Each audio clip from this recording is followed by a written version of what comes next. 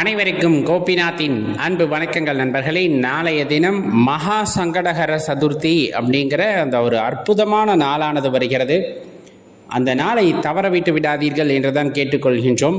என்னென்ன செய்யணும் அப்படிங்கிறத இந்த தொகுப்பில் பார்க்கலாம். அதற்கு முன்னாடி நம்ம வீடியோவை லைக் பண்ணிவிட்டு உங்கள் நண்பர்களோட பகிர்ந்துக்குங்க. பொதுவாக இந்த சதுர்த்தி விரதம் அப்படின்னு இருப்பாங்க, தேய்பிறை சதுர்த்தி விரதம் அப்படின்னு. அது ஒரு 12 சதுர்த்தி விரதங்கள் இருக்கும் பொழுது நாம் நினைத்த காரியம் நிறைவேறும், தடைகள் யாவும் தகர்ந்து போகும் அப்படிங்கிறது ஐதீகம். அது எந்த சதுர்த்தியில் ஆரம்பிக்கலாம் அப்படின்னு கேட்குறவங்களுக்கு எல்லாத்துக்குமே ஒரே பதில், ஆவணி மாதம் வருகின்ற தேய்பிறை சதுர்த்தியில் அவ்விரதத்தை ஆரம்பிப்பது உன்னதம். அதுதான் மகா சங்கடகர சதுர்த்தி அப்படின்னு அழைக்கப்படும். நம்ம விநாயகர் சதுர்த்திக்கு முன்னாடி வரக்கூடிய அந்த தேய்பிறை சதுர்த்தியை அது அப்படி குறிப்பிடுவாங்க. அந்த வகையில் வர்றது தான் நாளைய தினம் வருகின்ற மகா சங்கடகர சதுர்த்தி. அவ்வளவு அற்புதமான நாள். விரதத்தை ஆரம்பிக்கிறவங்க இன்றைய தினத்தில் ஆரம்பிப்பது ரொம்ப சிறப்புங்க. அதனால தான் சொல்லிக்கொள்ள வேண்டியது இருக்கிறது. பொதுவாகவே சங்கடகர சதுர்த்தி திதிக்கு அதீத ஆற்றல் உண்டு அப்படிம்பாங்க. அந்த நாளில் விரதம் இருந்து விநாயக பெருமானை வழிபடும் பொழுது கண்டிப்பாக வாழ்க்கையில் எதிர்கொள்ளக்கூடிய எல்லா விதமான சங்கடங்களையும் தீர்ப்பார் அப்படின்னு சொல்லுவாங்க. வேலை இல்லாமல் கஷ்டப்படுறோம், திருமண தடை இருக்குது, அதே போல் குழந்தை பாக்கியம் இல்லை, இன்னும் நிறைய விஷயங்கள் நம்ம வாழ்க்கையில் எதிர்கொள்ளக்கூடிய எல்லா கஷ்டங்களையும் தடைகளையும் உடைத்தெறியக்கூடியவர் அப்படின்னு சொன்னோம்னா விநாயகப் பெருமானை குறிப்பிட்டு சொல்லுவாங்க. அவரை வழிபடுகின்ற திதி தான் இந்த சதுர்த்தி திதி, அதிலும் குறிப்பாக தேய்பிறை சதுர்த்தி திதி. சரி, எப்படி விரதம் இருந்து வழிபாடு செய்ய வேண்டும் அப்படின்னு சொன்னோம்னா, காலையில் எந்திரிச்சு விரதம் இருக்க ஆரம்பிச்சிடணும். அது நாளைய தினம் மாலை 6:14 தான் சதுர்த்தி திதி ஆரம்பிக்கிறது. இருந்தாலும் சூரிய உதயம் மற்றும் அந்த சந்திர உதயம் அப்படிங்கிறது நமக்கு கணக்கு. அதனால 22ஆம் தேதியான நாளைக்கு அந்த விரதத்தை கடைபிடிக்கிறது உத்தமம் அப்படிங்கிறத தெரிஞ்சுக்கணும். இதில் நம்ம குறிப்பாக தெரிஞ்சுக்க வேண்டியது, காலையிலேருந்து உபவாசமாக இருக்கணும். முடியாதவங்க பால் பழ ஆகாரங்களை எடுத்துக்கொள்ளலாம், உடல்நிலையை கருத்தில் கொண்டு. விரதம் இருந்து மாலை நேரத்தில் நம்ம விநாயகருக்கு பூஜை செய்யணும். வீட்டில் பூஜை செய்கிறத விட அருகாமையில் இருக்க ஆலயத்துக்கு போய் செய்கிறது ரொம்ப சிறப்புங்க.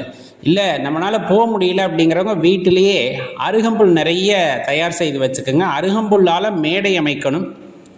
மேடை அமைச்சு அந்த மேடை மேலே நம்ம விநாயகர் படத்தையோ அல்லது விநாயகர் சிலை இருந்ததுன்னா அந்த விநாயகர் சிலைக்கு அபிஷேகம் எல்லாம் பண்ணிட்டு அந்த அருகம்புல் மேடை மேலே அமர வைத்து நீங்கள் அருகம்புல் மாலை போடலாம். அருகம்புல்லுக்கு சிறப்பு அதிகம் விநாயகப் பெருமானுக்கு பயன்படுத்த. அதனால தான் மீண்டும் மீண்டும் அந்த அருகம்புல்லை பற்றி கூறிக்கொண்டே இருக்கின்றோம். அருகம்புல் மாலை போடலாம். கிடைத்தால் வெள்ளருக்கு பூ மாலை கிடைத்தால் போடலாம். வெள்ளருக்கு வேர் கிடைத்தாலும் அந்த இடத்துல வைத்து வழிபடலாம். நல்லா தெரிஞ்சுக்குங்க, இதெல்லாம் ரொம்ப முக்கியமான விஷயம். நைவேத்தியமாக மோதகம் செஞ்சு வைக்கலாம், கொழுக்கட்டை செஞ்சு வைக்கலாம், கரும்பு இருந்தால் வைக்கலாம். இந்த மாதிரி உங்கள் கைக்கு என்ன கிடைக்கிறதோ அதை நைவேத்தியமாக படைக்கலாம்.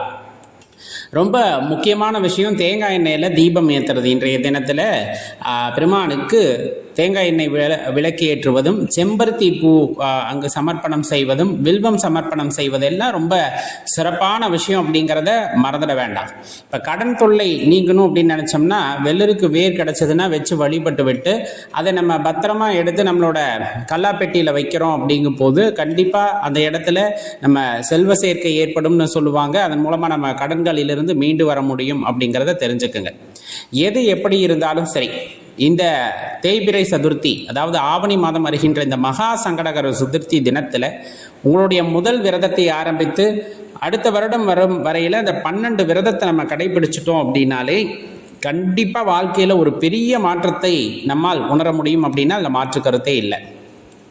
ரொம்ப எளிமையான விரதம் தான் விநாயகப் பெருமானுக்கு. ஏன்னா எல்லாருமே எளிதில் அணுகக்கூடிய தெய்வம் அப்படின்னம்னா விநாயகப் பெருமானை சொல்லுவாங்க. எல்லாருமே வழிபடுவாங்க விநாயகப் பெருமானை. அப்படிப்பட்ட தெய்வத்தை நாம் வழிபடுகின்றோம் அப்படிங்கும் போது கண்டிப்பாக நம் கஷ்டங்களை தீர்ப்பார்.